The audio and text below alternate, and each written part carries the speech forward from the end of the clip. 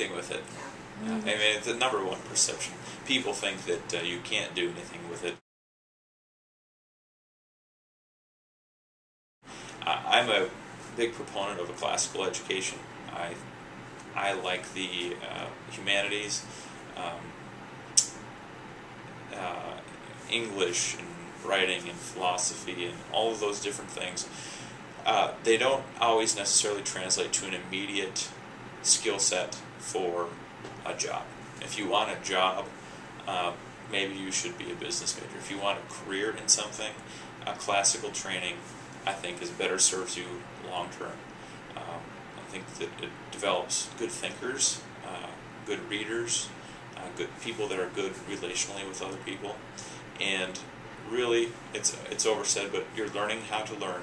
And a lot of those concepts, for example, business, finance, law, all of those things I was able to learn because I knew how to read, I knew how to write, and history prepared me for a lifelong learning.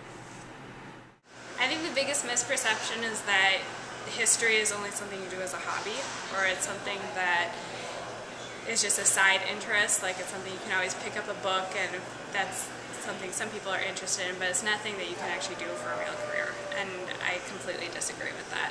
I think it's much more the skills that you learn from a history major set you up for a whole variety of careers.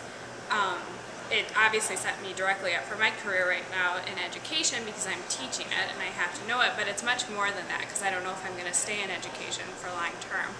I know that the presentation, the writing skills, the analytical skills, all those that I learned from history, if I go to grad school in law or if I go to grad school in speech pathology, something completely different, I know that this has prepared me well for what I need to. And it's given me a good liberal arts, just very well-rounded, not so specific. So I feel like I have more things open to me now than I would have if I had majored in something else. And then the other thing is, I think a lot of people think you're going to be a teacher or a lawyer. I got asked that all the time. And I went into history knowing that I didn't want to do either.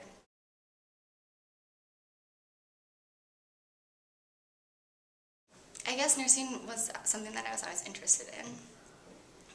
And then I went out and started working, and I realized I didn't like being in an office, I didn't like being at a computer.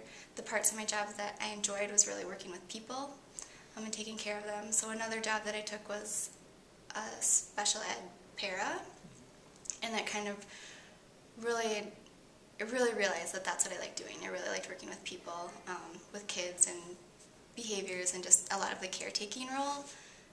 Studying history really helped me to synthesize information and analyze information and kind of look at a bigger picture of events and kind of pull out important information, like what's necessary. And I mean, if you think about caring for a patient, we're taking down histories too. So asking them the questions and kind of pulling out that information that we need from them and putting it together to kind of get a whole picture of the person and what they're experiencing. So, what do you think is the biggest misperception people have about majoring in history? That it's boring. I feel like a lot of people think it's boring.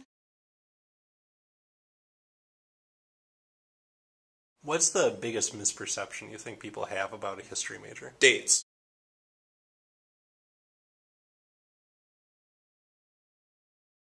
That all you do in class is sit around and memorize dates. I mean, you don't remember dates. I mean, you try to, you don't. You need to know some of the important ones, but in the end, you don't. It's not just dates. There's a lot more that goes into it than that. It's incredibly interesting. I mean, when I wrote my senior seminar paper, I was able to get my hands on primary sources. For those of you who are history majors or thinking about it, you'll learn what a primary source is.